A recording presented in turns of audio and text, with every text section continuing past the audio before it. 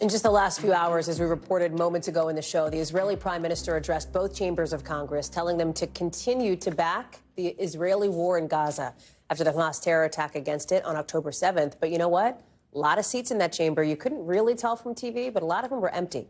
Dozens of lawmakers, almost all of them Democrats, opting to skip the speech, boycott the speech. You're seeing some of them here, including one of the highest ranking on that list, Democratic Senator from Washington, Patty Murray. She's joining us now. Senator Murray, it's good to see you again. Thanks for being on the show. Yeah, great to see you. So I know you were not in the chamber for that speech. My assumption is that you're watching. Former Speaker Pelosi called it the worst representation of any foreign dignitary. I wonder how you see the speech. Well, I was in my office. I did watch the entire speech, and I am a strong supporter of Israel, and I know the importance of us being a strong ally for them. But I just personally did not want to be a prop in a political speech for Netanyahu. I've been very clear that I don't agree with his approach to this war, and felt it was more important that I watch but not be there. You would have presided over the speech as the president pro tem, of course, and with the vice president, VP Harris, on the campaign trail. We instead saw Senator Cardin in that position there on the dais next to Speaker Johnson. I wonder why not take the opportunity, or did you consider taking the opportunity to show your opposition, right to Benjamin Netanyahu himself, right to his face there? Not as easy to do as you think when you're sitting right behind somebody who's delivering a speech. I felt it was more important that I hear what he had to say, but again, not be a prop. You chair, of course, the Appropriations Committee. Obviously important not to get in the weeds here, but that national security supplemental gave tens of billions of dollars to help support the war push from Israel here. The prime minister was very clear today. They need more. He essentially, and I'm paraphrasing here, more tools means this war ends more quickly, in his view. Will you call for any conditions on additional aid, like a ceasefire or other protections for Palestinians, contingent on that money? You're right. I am chair of the Appropriations, worked really hard to get the supplemental across the line that included support for Israel, Ukraine, and for humanitarian relief in Gaza and around the world. That was an important component of that. That's how I look at that holistically. We are now writing our appropriations bills for next year, and I will look at them in the same light. Okay. Let me ask you politically, switching gears a bit here, because obviously we're looking ahead to President Biden's speech in just a couple of hours from now. A very, I think, fair to say, dramatic and newsmaking week for Democrats over the course of the last several days here. Let me start with the president's speech. What is the message you want to hear from him tonight? What do you think Americans need to hear from him tonight?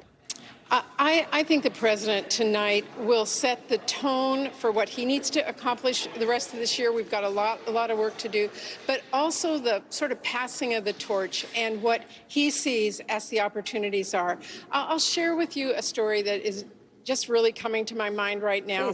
Many years ago, I was in a very tough re-election campaign in my state, and Joe Biden came out to campaign for me. I think he's virtually campaigned for almost every Democratic member at some point. But he came out, and he came to a rally, and he said to me, "You're going to win." And I said, "How'd you know?" And he said, "Because you guys are shoulders up." And what Joe Biden did by passing this to Kamala was give us a shoulders up, we're in this fight, we can win moment. He himself looked at this not as what it meant to him, but what it means to the country. And I think we are seeing that play out. It's very impressive of him to do this. He is likely to make the case for what he's going to do for the remainder of this current term, right, from now until Inauguration Day, even as I'm sure you're aware, some Republicans are criticizing him, suggesting if he is not going to run for re-election, if he's not able to do that, then he's not able to run the country. Do you have any hesitation about President Biden's ability to conduct the business of the office from now through January?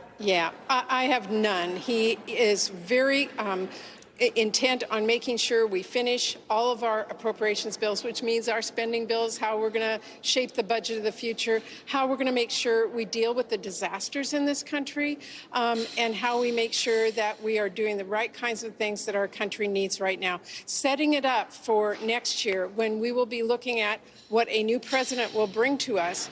And I will tell you, I just have to share this with you as a strong supporter of Kamala. I am so excited about what I'm seeing in this country right now. I mean, $127 million raised in just a few days. I think it's almost all of those small donors, new donors that are involved in that.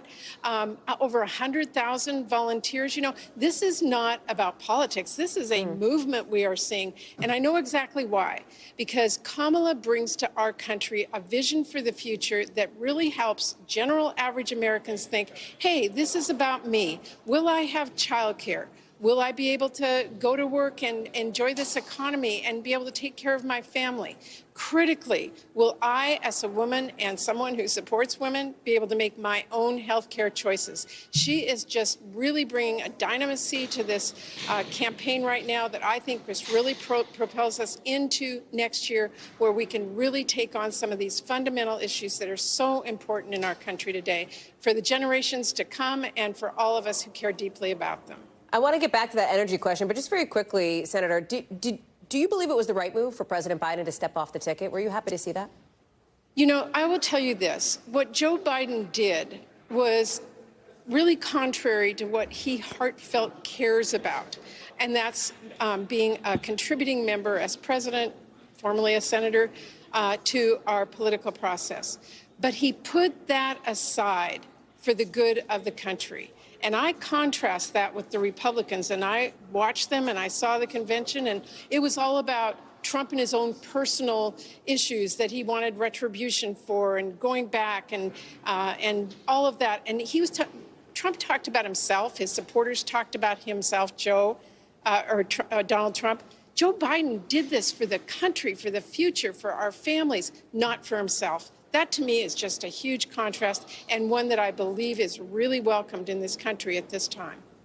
You're not the only Democrat I've talked to in the course of the last few days who's mentioned what they see as energy and enthusiasm around Vice President Harris here. Vote.org said that nearly 40,000 people registered to vote. Most of them young people registered to vote on their platform in the 48 hours after President Biden dropped out and endorsed Kamala Harris. That's actually the most they've had this cycle, more than when Taylor Swift asked people to get on there and register to vote, essentially. The question is, does that enthusiasm now translate to votes come November? Part of that will be who her running mate is. You know her. She campaigned for you in the midterms, I know, in 2022. Yeah. What do you think she is looking for? And of the names that are out there, is there anybody who you think might be a particularly good fit? I know you've served alongside Senator Kelly. I know you know some of these other governors. Talk to us about that. Well, here's what I can tell you.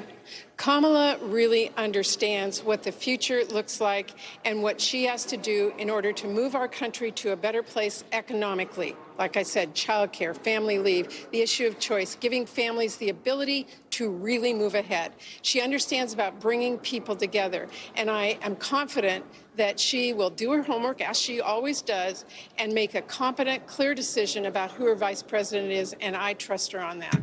She doesn't have a ton of time to do that homework. Do you want to see that pick come before August 7th at the convention? What's your sense? I trust her on her timeline, because I know one thing. She will vet that person. She will make sure that they're competent. She will make sure that they can appeal to the American people and really keep that message going of this is about the future. So I have a lot of confidence in her. I'm not worried about the timing. Senator Patty Murray. Senator, thank you so much for being on a newsy day and a newsy week, I know, for you. Appreciate it. Thank you. You bet. Thanks. Thanks for watching. Stay updated about breaking news and top stories on the NBC News app, or follow us on social media.